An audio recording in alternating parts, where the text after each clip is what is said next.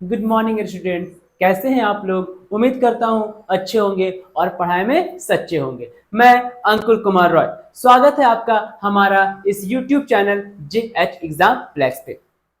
Dear students, आप लोग को पता है कि मेजर और माइनर ज्योग्राफी पेपर का सेमेस्टर वन, जिनकी सेमेस्टर वन में मेजर पेपर और माइनर पेपर ज्योग्राफी है, उनके लिए क्वेश्चन सीरीज चल रही है। मतलब कि long answer type of question series चल रही है, जिसका आज लेक्चर नंबर दूसरा होने वाला है। अब इसके साथ साथ ही MDC का ज्योग्राफी का थ्योरी भी चलाई जा रही है। आप कल का वीडियो या फिर परसों का वीडियो यानी प्रीवियस वीडियो जो भी है, आप इसी चैनल JH एग्जाम फ्लेक्स पे देख सकते हैं। चलिए दोस्तों, तो शुरू करते हैं। कल मैंने एक दो क्वेश्चन करवा चुका हूं। आज मैं तीसरा और चौथा क्वेश्चन करवाऊंगा, और ये क्वेश्चन आप लोग के लिए इंपॉर्टेंट होने वाली है, क्योंकि ये क्वेश्चन आपके सेमेस्टर के साथ साथ जो भी कंपटीशन का एग्जाम दे रहे होंगे या आप लोग प्रिपरेशन कर रहे होंगे, JPSC हो, UPSC हो, स्टेट PCS हो या रेलवे हो, SSC, जितने भी तरह के कॉम्पिटिटिव एग्जाम की आप लोग तैयारी कर रहे हैं, वो सारे चीज के लिए, वो सारे प्रिपरेशन के लिए ये इंपॉर्टेंट है। क्योंकि एक ठो या दो ठो क्वेश्चन इससे आपकी आएंगे। तो एक दो क्वेश्चन के लिए, चाहे वो सेमेस्टर हो या फिर वन लाइनर एग्जाम हो, हमको पूरा सिलेबस पढ़ना होगा। और वही पूरा सिलेबस कोशिश कर रहे हैं कि आप लोग का आए दिन में, अभी जो एग्जाम जो दिन बचा हुआ है, आप लोग का कवर करवा दे। चलिए दोस्तों, तो शुरू करते हैं। पहला क्वेश्चन क्या बोलता है, यानी तीसरा क्वेश्चन मैंने एक दो जो क्वेश्चन है वो कंप्लीट करवा दिया है। आज जो तीसरा क्वेश्चन है वो बोलता है कि मानव पर्यावरण संबंधों का व्याख्या कीजिए। तो कहीं ना कहीं हम मानव हैं और हम लोग कहीं ना कहीं पर्यावरण से जुड़े हुए हैं। सबको पता है भैया कि हमारे चारों तरफ जो चीज है वो सारी चीज पर्यावरण है। तो मेरा और पर्यावरण का जो रिलेशन है वो कैसा है, आज हम लोग इस लेक्चर को समझेंगे और इस लेक्चर के माध्यम से जानेंगे कि हमारा और पर्यावरण का संबंध यानी रिलेशन कैसा है। चलिए शुरू करते हैं। मानव पर्यावरण संबंधों का व्याख्या कीजिए। Explain the man environment relation. चलिए हम लोग देखते हैं, रिलेशन एक्सप्लेन करते हैं। कैसा रिलेशन है समझिए। पहले पर्यावरण का अर्थ यानी इन्वायरमेंट, हम क्या बताएं, हमारे चारों तरफ जो चीज हम देखते हैं दैट्स कॉल्ड इन्वायरमेंट, मतलब कि वो हमारा पर्यावरण है। वही बोला है प्रकृति में यानी पृथ्वी में यानी नेचर में।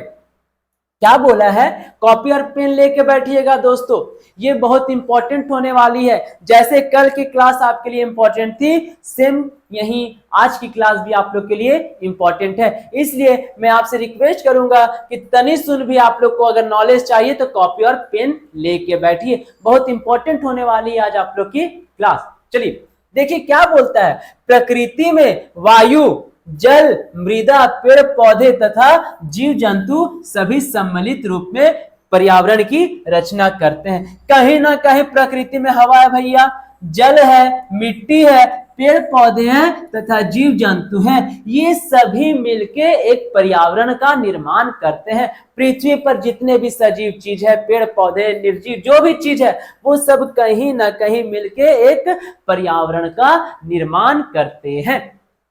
सामान्यतः किसी स्थान विशेष में मानव के चारों तरफ, क्या भैया हमारा चारों तरफ, तो जमीन है, स्थल है, जल है, वायु है, मृदा है, आदि है, का वह आवरण जिससे वह घिरा है पर्यावरण कहलाता है। हम लोग चारों तरफ जिससे घिरे हैं वो पर्यावरण कहलाता है। हवा चारों तरफ है, जमीन चारों तरफ है, पानी है भैया, और कहीं ना कहीं मिट्टी है। तो ये सारी चीज हम लोग के चारों तरफ फैला है, तो हम लोग का पर्यावरण भी उसी चीज से मिलके बना है। चलिए आगे बढ़ते हैं। अब क्या बोलता है, अर्थात पर्यावरण से अभिप्राय आसपास या पास पड़ोस, अर्थात हमारे चारों ओर फैले हुए मानव, जंतुओं या पेड़ पौधे के उस वातावरण एवं परिवेश से है जिससे हम घिरे हुए। हमारे चारों तरफ जो चीज हो वो पर्यावरण कह लेता। हवा हो, मिट्टी हो, पानी हो, जानवर हो, जमीन हो, कुछ हो, वो पर्यावरण कहलाएगा। उम्मीद करता हूं कि आप लोग को पर्यावरण समझ में आ गई होगी, इन्वायरमेंट समझ में आ गई होगी। चलिए आगे बढ़ते हैं, देखते हैं क्या बोलता है इन्वायरमेंट। अगर इंग्लिश में पर्यावरण को बोलेंगे तो बोलेंगे इन्वायरमेंट। शब्द, दो शब्द, कौन कौन दो शब्दों से भैया? इन्वॉल्व तथा मेंट से मिलके बना है, जिसका अर्थ है घेरना, यानी इन सर्कल। इन्वॉल्वमेंट दो शब्दों से मिलकर बना है भैया, पहला इन्वॉल्व तथा दूसरा मेंट, जिसका अर्थ है घेरना यानी इन सर्कल, तथा चतुर्दिक जिसका अर्थ है ऑल अराउंड, मतलब कि ऑल अराउंड, सब जो चारों तरफ से घिरा हुआ है, हमारे चारों तरफ जो चीज घिरा हुआ है उसी को हम लोग कहेंगे इन्वायरमेंट। यह मूल रूप से फ्रेंच भाषा के इन्वर्नर से बना है। कौन सा भाषा? फ्रेंच भाषा के इन्वर्नर से बना है, जिसका अभिप्राय समस्त पारिस्थितिकी अथवा समस्त बाह्य दशाएं होती है, जिसका मतलब कि वो सारी चीज जो गतिमान है या फिर जो स्थिर है, वो सारी चीज से हम लोग घिरे हुए हैं, इसलिए हम लोग का ये पर्यावरण कहलाता है, या वही हम लोग के लिए पर्यावरण है। उम्मीद करता हूं दोस्तों कि ये पर्यावरण क्या है वो अच्छे से आप लोग को समझ में आ गई होगी। चलिए अभी तो हम लोग इन्वायरमेंट को समझे, पर्यावरण को इंग्लिश में इन्वायरमेंट कहते हैं, तो इसको इन्वायरमेंट में समझे। अब देखिए हिंदी में इसको अगर समझे तो हिंदी में ऐसे समझेंगे कि पर्यावरण का शाब्दिक अर्थ है परि आवरण, अर्थात जिससे संपूर्ण जगत घिरा हुआ है, जिससे पूरा दुनिया घिरा हुआ है। इस प्रकार पर्यावरण उस आवरण को कहेंगे जो संपूर्ण पृथ्वी, जल मंडल, स्थल मंडल और वायुमंडल तथा इनके विभिन्न घटकों को अपने से ढके हुए हैं। पर्यावरण की संकल्पना में वायु, स्थल, जल और पादप सम्मिलित है। अब देखो जल मंडल, जल, स्थल मंडल जमीन और वायुमंडल हवा, ये तीनों चीज से आपकी पृथ्वी कहीं ना कहीं घिरी हुई है। और कहीं ना कहीं इसके अलावा इसमें क्या आ जाएगा भैया? पादप सम्मिलित है। पादप यानी पेड़ पौधे, पेड़ पौधे, जीव जंतु, ये सारी चीज कहीं ना कहीं सम्मिलित है और एक पर्यावरण का निर्माण करती है। उम्मीद करता हूं दोस्तों कि आप लोग को पर्यावरण क्या है वो अच्छे से समझ में आ गई होगी। लेकिन हम लोग को सिर्फ पर्यावरण नहीं पढ़ना है, हम लोग का और पर्यावरण का रिलेशन कैसा है वो आज की क्लास में समझेंगे, वो आज की क्लास में डिस्कस करेंगे।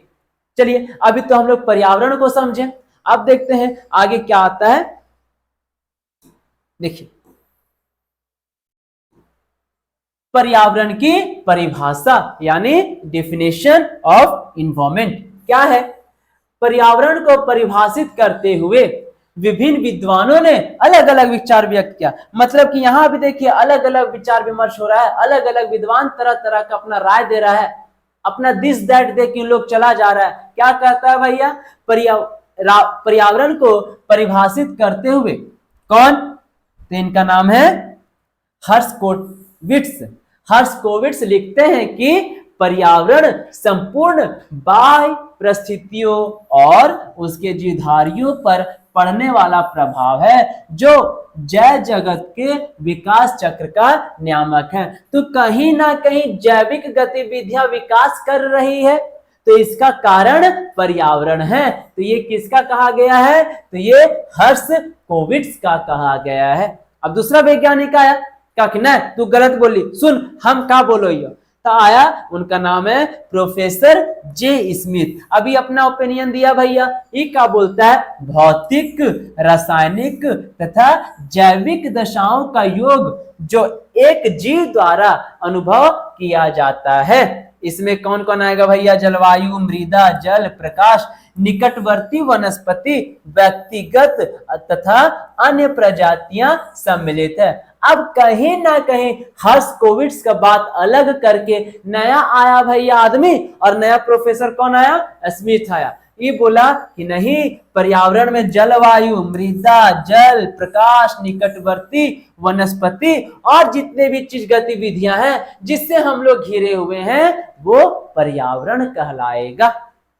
ठीक है, इसका भी बात हम लोग मान लिए और पहले वाला जो था हर्स्कोविट्ज का भी बात मान लिए। अब तीसरा का आदमी आया, अब वो बोलता है चुप रह तो अब हम जे बोलबो से हो। तो अभी का अपना ओपिनियन दिया, देखिए ये बोलता है डीएच डेविड जिनका नाम है, ये क्या बोलता है, पर्यावरण का अभिप्राय भूमि या मानव के चारों ओर से घेरे हुए वे सभी भौतिक स्वरूपों से है जिनमें न केवल वह रहता है, जिनमें न केवल वह रहता है बल्कि जिनका प्रभाव उसकी आदतों एवं क्रियाओं पर भी स्पष्ट दृष्टिगोचर होता है। अब कहीं ना कहीं हम जहां रहते हैं उसी को पर्यावरण नहीं कहेंगे, कहीं ना कहीं जैसा प्रभाव हमारे ऊपर पड़ेगा वो समाज का, वो एरिया को, तो हम लोग कहीं ना कहीं पर्यावरण उसे कहेंगे। सिर्फ रहना ही पर्यावरण नहीं है, कहीं ना कहीं उसका असर भी हम लोग को देखने को मिलेगा, तो उसी को हम लोग पर्यावरण कहेंगे। तो ये कौन बोला, तो ये बोला डीएच डेविड। ये अपना अपना सब मत दिया, अपना अपना फिलोसफर मत दिया कि पर्यावरण क्या है, पर्यावरण कैसे होगा, पर्यावरण क्या है, अपना अपना दिस दैट दे के चला गया। चलिए देखते हैं आगे क्या बोलता है। हाँ, आगे बढ़ने से पहले डियर फ्रेंड्स, डियर स्टूडेंट्स, आप लोग के लिए एक इंपॉर्टेंट इंफॉर्मेशन है। इंपॉर्टेंट इंफॉर्मेशन क्या है समझिए।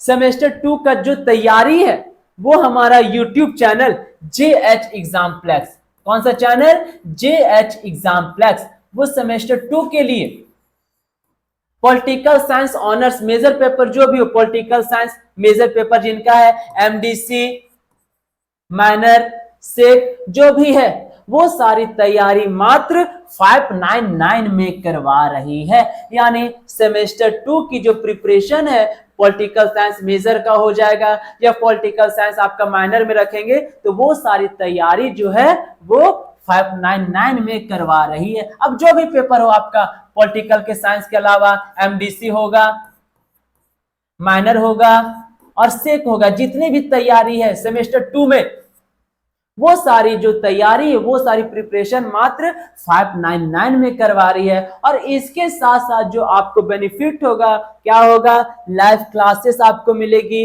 रिकॉर्डेड क्लासेस मिलेगी, PDF नोट्स मिलेगी और साथ साथ ही गेस्ट क्वेश्चन, यानी कि पिछले 12 साल 13 साल 14 साल 15 साल में जो क्वेश्चन रिपीटेड हुए हैं, वो सारे क्वेश्चन आपको प्रोवाइड करवाई जाएगी मात्र 599 में। ये थी हमारी सेमेस्टर 2 की बात। अब आते हैं सेमेस्टर 4 में। अब सेमेस्टर 4 में आइएगा, आपका बर्डन बढ़ेगा, आपका बर्डन के साथ साथ हमारा भी बर्डन बढ़ेगा कि कैसे बच्चे अच्छे से पास हो। तो उसके लिए भी सेमेस्टर 4 जिसका मेजर पेपर पॉलिटिकल साइंस है और इसके साथ जो MDC हो, माइनर हो, सेक पेपर हो और भी जो अदर सब्जेक्ट है सेमेस्टर 4 का, उसका जो प्रिपरेशन है वो मात्र 799 में करवाई जा रही है, सिर्फ 799 रुपए में। तो इसके साथ साथ आप लोग को बेनिफिट्स यही होगी कि live classes, recorded classes, PDF notes and all भी जो भी प्रीवियस ईयर के क्वेश्चन है, क्वेश्चन बैंक यानी गेस किया हुआ क्वेश्चन जो आपके एग्जाम में आएगा, वो सारी चीज आपको दी जाएगी मात्र 799 में। मैं आप लोग से रिक्वेस्ट करूंगा कि जल्द से जल्द हमारे पेड ग्रुप से जुड़ जाइए। ये हमारा पेड ग्रुप का नंबर है या फिर इसमें आप लोग मैसेज भी कर सकते हैं। हम लोग कोशिश कर रहे हैं कि आपका भविष्य 599 में और 799 में अच्छा हो सके, बेहतर बनाने का कोशिश कर रहे हैं और आप लोग का जुड़ना ही हमारी मोटिवेशन है और कहीं ना कहीं आप लोग हम लोग के साथ जुड़ के ही आप लोग तैयारी अच्छे से और भी बेहतर बना सकते हैं। उम्मीद करता हूं कि आप लोग अपने तैयारी को और भी बेटर करने का प्रयत्न करेंगे और हमारे चैनल JH एग्जाम्प्लेक्स से जुड़ जाएंगे। चलिए आगे बढ़ते हैं, देखते हैं आगे क्या बोलता है। हाँ, अब देखिए हम लोग देखेंगे जो नेक्स्ट टॉपिक है पर्यावरण की संरचना को समझे। इसके पहले क्या समझे, पर्यावरण, अब क्या समझेंगे, पर्यावरण की संरचना क्या है। पर्यावरण जैविक तथा अजैविक दो प्रकार का होता है। कितने प्रकार का होता है? जैविक तथा अजैविक दो प्रकार का होता है। इसलिए इसमें जैविक तथा अजैविक दोनों घटके शामिल हैं। मतलब कि जैविक और अजैविक पर्यावरण दोनों तरह का पर्यावरण हमारे पर्यावरण में पाया जाता है। जैसे इसी आधार पर पर्यावरण की संरचना को निर्धारित किया गया। मतलब कि पर्यावरण की जो संरचना है इसको निर्धारित दो घटक पे किया गया है, पहला जैविक और दूसरा अजैविक। पर्यावरण की यह आधारभूत संरचना इस प्रकार पर्यावरण के प्रमुख कारकों में विभक्त करके देखी जा सकती है। जैसे भैया भौतिक पर्यावरण और दो जैविक पर्यावरण, यही दो पर्यावरण को पर्यावरण में इंक्लूड किया गया है। यानी पर्यावरण की संरचना जो देखी जाती है यही दो घटक है, भौतिक और जैविक। उम्मीद करता हूं दोस्तों कि ये भौतिक और जैविक अभी मैं आगे डील करूंगा, अभी जहां तक समझाया आपको अच्छे से समझ में आ गई होगी। बस आपका एग्जाम कभी भी हो सकता है, इसलिए आप लोग को हम इंपॉर्टेंट क्वेश्चन करवा रहे हैं। इसके बारे में हम लोग नेक्स्ट क्लास में डील, जब आप नेक्स्ट सेमेस्टर में जाइएगा तो अच्छे से हम लोग थ्योरी को समझेंगे, पूरा डीप में पढ़ेंगे। कम से कम इसका एक दिन का क्लास होगा, 1.5 घंटे का क्लास होगा, जिसमें सिर्फ हम लोग भौतिक पर्यावरण को पढ़ेंगे। नेक्स्ट क्लास में हम लोग जैविक पर्यावरण को पढ़ेंगे। लेकिन अभी एग्जाम है इसलिए इंपॉर्टेंट क्वेश्चन सीरीज है, इसलिए उतना दिमाग नहीं लगाना है। बस जितना पढ़ रहे हैं उतना ही आप लोग के लिए इनफ है, नहीं तो फिर एग्जाम भी आ जाएगा और कुछ कर भी नहीं पाइएगा। चलिए आगे बढ़ते। अब देखिए पर्यावरण या अजैविक कारक, अब क्या भैया समझिए। इसके अंतर्गत हम भौतिक पर्यावरण को 3 श्रेणियों में वर्गीकृत करके देख सकते हैं। जैसे भौतिक पर्यावरण में देखिए कौन कौन सा, भौतिक पर्यावरण का ठोस रूप, भौतिक पर्यावरण का ठोस रूप, भौतिक पर्यावरण का तरल रूप और भौतिक पर्यावरण का वायु रूप यानी गैस रूप, यानी सॉलिड लिक्विड गैस। ये सारी चीज हम लोग को किसमें मिलेगी? तो ये सारी चीज हम लोग की भौतिक पर्यावरण में मिलेगी, यानी कि नेचुरल इन्वायरमेंट में मिलेगी, फिजिकल इन्वायरमेंट में मिलेगी। तो हम लोग भौतिक पर्यावरण में क्या क्या पढ़ेंगे? तो सॉलिड लिक्विड गैस, जिसको प्रकृति के द्वारा बनाया गया है, उसे हम लोग भौतिक पर्यावरण में पढ़ते हैं। उम्मीद करता हूं दोस्तों कि भौतिक पर्यावरण आपको अच्छे से समझ में आ गई होगी। इसके जो 3 घटक है वो भी अच्छे से समझ में आ गई होगी। चलिए उसी को कंटिन्यू करते हैं। देखिए क्या बोलता है, इस तरह से भौतिक पर्यावरण स्वयं 3 प्रकार के पर्यावरणों से मिलकर बना होता है, जिससे क्रमशः स्थल मंडल पर्यावरण, जल मंडल पर्यावरण तथा वायुमंडल पर्यावरण या वातावरण कहते हैं। सॉलिड लिक्विड गैस, ये तीनों जो है वो कहीं ना कहीं हमारे पर्यावरण में पाया जाता है, और वो पर्यावरण को हम लोग भौतिक पर्यावरण के नाम से जानेंगे। चलिए विभिन्न क्षेत्रीय मापकों को ध्यान में रखकर इन 3 पर्यावरणों को कई लघु इकाइयों में वर्गीकृत किया जा सकता है। जैसे पर्वतीय आ जाएगा, मैदानी आ जाएगा और पठारी। ये तीनों अगर देखेंगे तो पर्वत, मैदान और पठार, ये तीनों हमारा भौतिक पर्यावरण में आएगा। भौतिक पर्यावरण 3 भाग में बांटे, सॉलिड लिक्विड गैस, और वही तीनों भाग के अंदर ही मेरा स्थल मंडल यानी पर्वतीय आ जाएगा, मैदानी आ जाएगा और पठारी आ जाएगा। उम्मीद करता हूं दोस्तों कि आप लोग को भौतिक पर्यावरण क्या है वो अच्छे से समझ में आ गई होगी। हम क्या बोले कि अभी आप लोग का एग्जाम है, इसलिए इंपॉर्टेंट क्वेश्चन के थ्रू जितना हो रहा हम आप लोग को दे रहे हैं। अब इसके बारे में हम लोग डीप में पढ़ेंगे जब आप नेक्स्ट सेमेस्टर में जाइएगा, तब जब आप आगे जाइएगा तब। अभी एग्जाम को लेके हम लोग टेस्ट सीरीज चला रहे हैं लॉन्ग आंसर का। चलिए आगे बढ़ते हैं, देखते हैं अब जैविक पर्यावरण। क्या देखे थे पहले? भौतिक पर्यावरण, अब देखेंगे जैविक पर्यावरण। पर्यावरण के जैविक घटक या कारक मिलकर जैविक पर्यावरण की रचना करती है। जैविक पर्यावरण के अंतर्गत वनस्पति तथा जीव जंतु आते हैं। इसमें मनुष्य भी शामिल है, हम लोग भी कहीं ना कहीं जैविक पर्यावरण में आएंगे। इस आधार पर जैविक पर्यावरण को पुनः दो भाग में बांटा गया है, एगो पेड़ पौधा, एगो जानवर और हम यानी जीव जंतु। ठीक है, तो कहीं ना कहीं जैविक पर्यावरण मतलब जीव जंतु, समझिए, जैविक यानी जीव जंतु, जैविक जिसमें सांस है तो वो सब आ जाएगा जैविक पर्यावरण में, और जैविक पर्यावरण वो सब आ जाएगा भौतिक पर्यावरण में। जिसमें सांस उस नहीं है, एक ही जगह पे स्थिर है, तो उसको क्या बोलेंगे, भौतिक पर्यावरण। उम्मीद करता हूं दोस्तों कि जैविक और अजैविक पर्यावरण आपको अच्छे से समझ में आ गई होगी। चलिए आगे बढ़ते हैं। आगे क्या बोलता है, प्राकृतिक पर्यावरण को भौतिक पर्यावरण भी कहते हैं। बताएं कि भगवान के द्वारा बनाया हुआ जो भी चीज है पृथ्वी पर, उसको भौतिक पर्यावरण के नाम से भी जानते हैं। भौतिक पर्यावरण जैविक और अजैविक तत्वों का दृश्य और अदृश्य समूह है जो जीव मंडल के प्रवृत्त किए हुए। अब भौतिक पर्यावरण है भैया जिसमें से जैविक भी आएगा और अजैविक भी आएगा।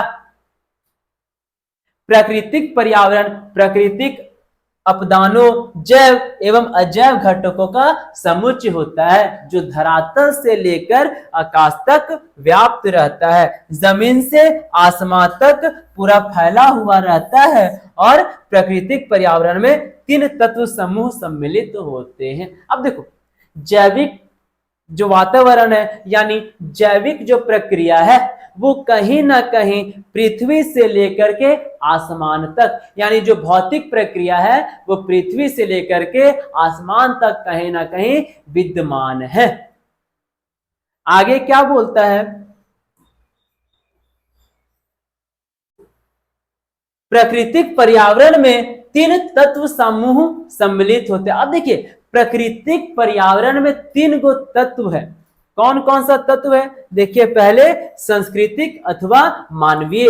अब देखिए क्या है भैया, उपरोक्त प्राथमिक पर्यावरण में मनुष्य सब विकसित तकनीक की सहायता से संशोधन तथा परिवर्तन करता रहता है और उसे अपनी आवश्यकता के अनुरूप बना लेता है।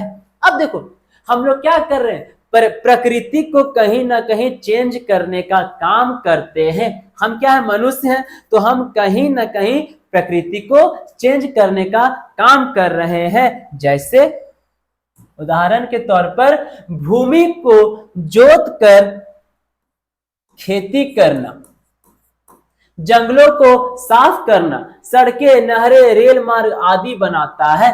कहीं ना कहीं ये प्राकृतिक है भैया, इसमें हम लोग क्या कर दिए, संशोधन कर दिए, यानी बदलाव कर दिए। और बदलाव करके हम लोग इसमें अपने उपयोग के लिए सड़क बनवा दिए, नहर बनवा दिए, रेल मार्ग बनवा दिए आदि। तो कहीं ना कहीं हम लोग भौतिक पर्यावरण में संशोधन कर रहे हैं, यानी बदलाव कर रहे हैं। टॉपिक का नाम क्या है, मानव और पर्यावरण में संबंध। वही हम अपना संबंध पर्यावरण के साथ बनाने का कोशिश कर रहे हैं।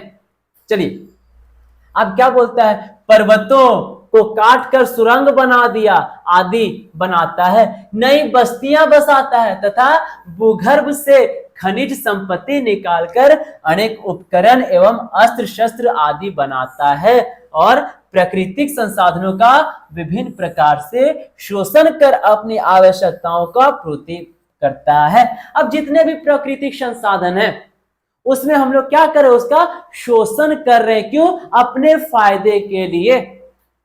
जितने भी प्राकृतिक का संसाधन है अपने फायदे के लिए उसमें हम लोग उसको हम लोग क्या कर रहे हैं, शोषण कर रहे हैं, संशोधन कर रहे हैं, बदल रहे हैं ताकि हम लोग अपना फायदा ले सके।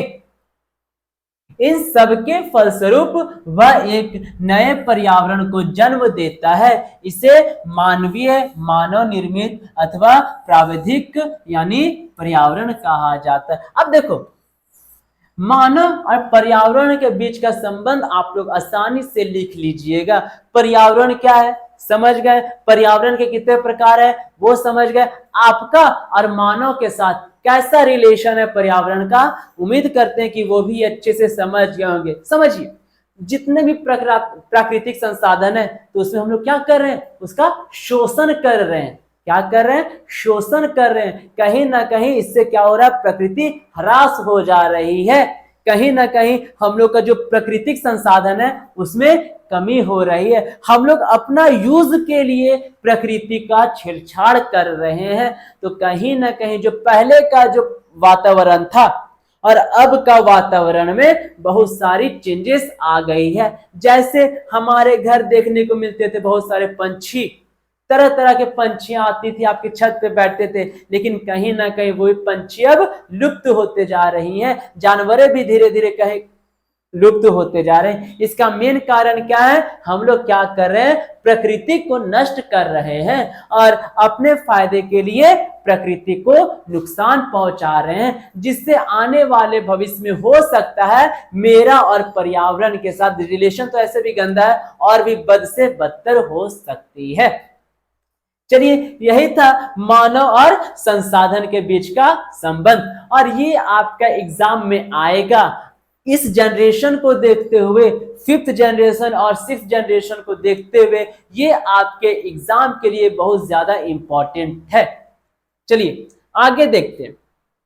आगे क्वेश्चन नंबर 4 क्या बोलता है, सुदूर संवेदन से आप क्या समझते हैं। आंकड़ों के संग्रह में सुदूर संवेदन तकनीक के उपयोग की विवेचना करें। What do you mean by remote sensing? Discuss the use of remote sensing technique in the data collection। यानी सुदूर संवेदन। अब देखिए, दूर, इसमें क्या आ जाता है, सुदूर में आ जाता है दूर, यानी बहुत दूर। उसी के अकॉर्डिंग हम लोग इसको देखते हैं क्या बोलता है। सुदूर संवेदन, समान संवेदन का समान अर्थ है किसी वस्तु के सीधे संपर्क में आए बिना उसके बारे में आंकड़े संग्रह करना। अब वो हम उसके साथ नहीं है और उसका जानकारी हमको चाहिए, तो कहीं ना कहीं उसका जानकारी हमको मिलेगा, तो ये क्या कहलाएगा, सुदूर संवेदन कहलाएगा। बिना उससे मिले उसका हाल चाल ले लेना, बिना उससे मिले उसका हाल चाल ले लेना, ये आपके लिए सुदूर संवेदन बनती है या फिर कहलाएगी।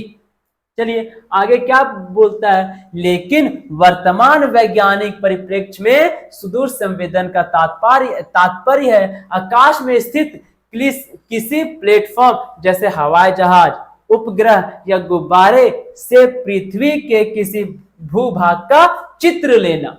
अब देखो, कहीं ना कहीं हम रॉकेट लॉन्च किए, अब उस रॉकेट से पृथ्वी का फोटो खींचा जा रहा है, तो कहीं ना कहीं हम लोग को मिल रहा है कि अच्छा ऊपर से पृथ्वी ऐसा दिखता है। कहीं ना कहीं पृथ्वी से हम लोग आकाश को देख रहे हैं, तो आकाश का जानकारी किसको दे रहा है, पृथ्वी को दे रहा है। पृथ्वी की जानकारी किसको दे रहा है, तो आकाश को दे रहा है। तो कहीं ना कहीं ये क्या कर रहा है, सुदूर, यानी वहां बिना पहुंचे हुए हम लोग को चांद की जानकारी मिल रही है, तो इसी को हम लोग सुदूर संवेदनशील कहेंगे। उम्मीद करता हूं दोस्तों कि आप लोग को सुदूर संवेदन क्या है अच्छे से समझ में आ गई होगी। चलिए आगे बढ़ते हैं। यह एक ऐसी उन्नत विद्या है जिसके माध्यम से ऊंचाई पर जाकर बिना किसी भौतिक संपर्क के पृथ्वी के धरातलीय रूपों और संसाधनों का अध्ययन वैज्ञानिक विधि से किया जाता है। बिना ऊपर गेले, हम चांद पर नहीं गए, हम रॉकेट भेज दिए और वही रॉकेट हमको पृथ्वी से जुड़ी सारी जानकारी वैज्ञानिक के महत्व से मिल रही है, फिर दे रही है। तो कहीं ना कहीं ये क्या हो रहा है, टेक्निकल ग्रो हो रही है। चलिए आगे देखते हैं।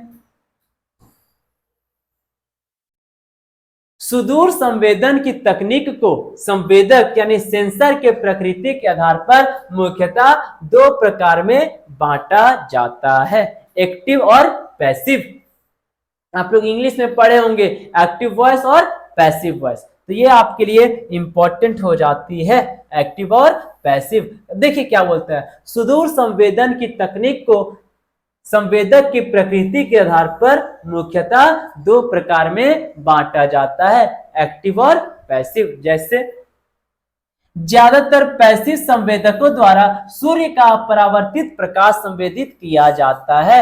एक्टिव संवेदक वे हैं जो खुद ही विद्युत चुंबकीय विकिरण उत्पन्न करके उसे पृथ्वी की ओर फेंकते हैं और परावर्तित किरणों को संवेदित रिकॉर्ड करते हैं। अब देखो एक्टिव किरण क्या है, कहीं ना कहीं क्या होता है, सूर्य के प्रकाश से परावर्तित होते हैं।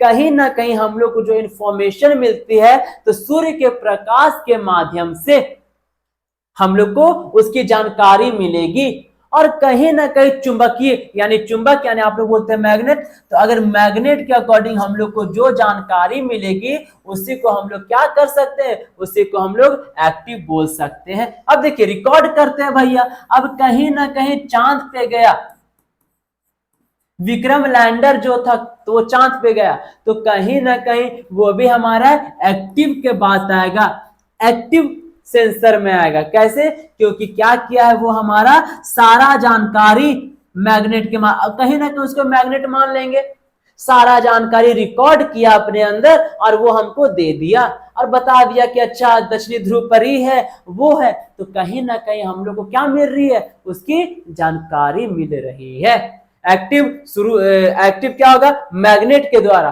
और पैसिव सूर्य के रोशनी के द्वारा हम लोग को जो जानकारी देती है उसी को हम लोग सेंसर कहेंगे या फिर सुदूर संवेदन कहेंगे। चलिए आगे बढ़ते हैं। अब देखिए आगे बढ़ते हैं, क्या बोलता है, आंकड़ों का प्रसंस्करण। अब क्या है, सुदूर संवेदन से प्राप्त आंकड़े का प्रसंस्करण यानी प्रोसेसिंग करना पड़ता है। यह प्रसंस्करण सांख्यिक, पादप विज्ञान, भौतिकी आदि विज्ञानों की गणनाओं पर आधारित है। उपग्रह चित्रों के प्रसंस्करण के लिए कुछ प्रमुख प्रचलित सॉफ्टवेयर में से इरदास इमेजिन प्रमुख है। अब देखो क्या बोलता है, इरदास इमेजिन सुदूर संवेदन से प्राप्त आंकड़ों का प्रसंस्करण करना पड़ता है। कहीं ना कहीं जो आंकड़ा हमें मिलती है उसी को हम लोग प्रोसेस में ले जाते हैं यानी प्रोसेसिंग करना पड़ता है। उसके बाद यह जो प्रसंस्करण जो आधारित होती है वो नंबर यानी संख्या पर आधारित होती है, पादप पर आधारित होती है, विज्ञान, भौतिकी आदि विज्ञानों की गणनाओं यानी गिनतियों पर आधारित होती है। क्या बोलता है, उपग्रह चित्रों के प्रसंस्करण के लिए कुछ प्रमुख सॉफ्टवेयर का भी इस्तेमाल किया जाता है। अब उस सॉफ्टवेयर का नाम क्या है, इरदास इमेजिन। अब इरदास इमेजिन जो कहीं ना कहीं एक सॉफ्टवेयर है जो पृथ्वी तक कहीं ना कहीं सारी जानकारी आपको देती है, यानी हम तक वो सारी जानकारी पहुंचाती है इसी सॉफ्टवेयर के माध्यम से। इसी को आंकड़ों का प्रसंस्करण कहा जाएगा, जो सारी आंकड़ा हम लोग को बताएगी, गिनतियां करके बताएगी क्या क्या है उसमें, वो सारी चीज हम लोग को जानकारी देगी। चलिए अब हम देखते हैं, बहुत इंपॉर्टेंट यहां से आप लोग का इंपॉर्टेंट क्वेश्चन बनेगा, भारत में सुदूर संवेदन, आखिर भारत में क्या इसका उपाय है सुदूर संवेदन का। देखिए क्या बोलता है, भारत में सुदूर संवेदन के सारे कार्यों का आयोजन एवं निरीक्षण किसके द्वारा, राष्ट्रीय सुदूर संवेदन केंद्र के द्वारा किया जाता है। देखिए भारत में सुदूर संवेदन के सारे कार्यों का आयोजन एवं निरीक्षण राष्ट्रीय सुदूर संवेदन के द्वारा किया जाता है, जिसका हेडक्वार्टर कहाँ है, हैदराबाद में है। कहाँ है, हैदराबाद में है। यानी राष्ट्रीय सुदूर संवेदन का मुख्यालय कहाँ, हैदराबाद। ये आपके लिए इंपॉर्टेंट है, आपके लिए भी और जो भी एग्जाम की प्रिपरेशन कर रहे हैं उसके लिए भी। तो क्या बोलता है, राष्ट्रीय सुदूर संवेदन का मुख्यालय कहाँ, हैदराबाद। जो भारत सरकार के विज्ञान मंत्रालय के अंतरिक्ष विभाग के अंतर्गत काम करने वाली एजेंसी है। अब कहीं ना कहीं विज्ञान मंत्रालय के अधीन ये काम करेगी, कहीं ना कहीं वो अंतरिक्ष विभाग का जानकारी देगी, तो ये सारा जानकारी हम लोग को कौन देगा, तो राष्ट्रीय सुदूर संवेदन हम लोग को सारे में बताएगा कि एकड़ में ये है। इसरो सारा जानकारी इसरो प्राप्त करता है, और इसरो क्या हम लोग को बताता है ना कि चांद पे पानी है, यहाँ दिन है, यहाँ रात है, तो हम लोग का विज्ञान मंत्रालय वही हो जाएगा। तो हम लोग का जानकारी सब वही देगा, तो वो किसके माध्यम से दे रहा है हम तक, तो उसी को हम लोग बोलेंगे राष्ट्रीय सुदूर संवेदन, जो दूर की जानकारी हम तक पहुंचाती है।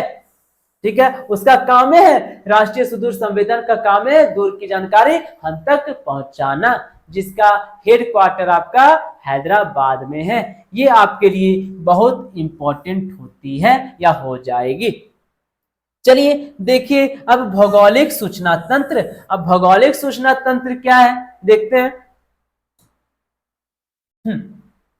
सुदूर संवेदन के उपयोग से, सुदूर संवेदन के उपयोग से एक यंत्र है, सुदूर संवेदन के उपयोग से मानचित्रों पर आधारित जितना भी मानचित्र है, वर्ल्ड मैप है, इंडियन मैप है, उस पर आधारित सूचना तंत्र की यह तकनीक भौगोलिक सूचना तंत्र GIS के नाम से जानी जाती है। जी ज्योग्राफिकल हो जाएगा,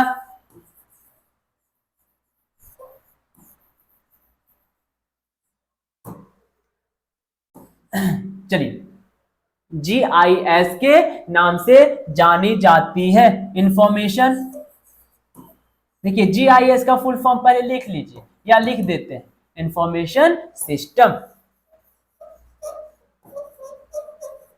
ज्योग्राफिकल इंफॉर्मेशन सिस्टम, GIS के नाम से जानी जाती है। भौगोलिक सूचना तंत्र यानी GIS का वैज्ञानिक अध्ययन करने वाली विज्ञान की शाखा को भौगोलिक सूचना विज्ञान यानी जियो इन्फॉर्मेटिक्स कहा जाता है।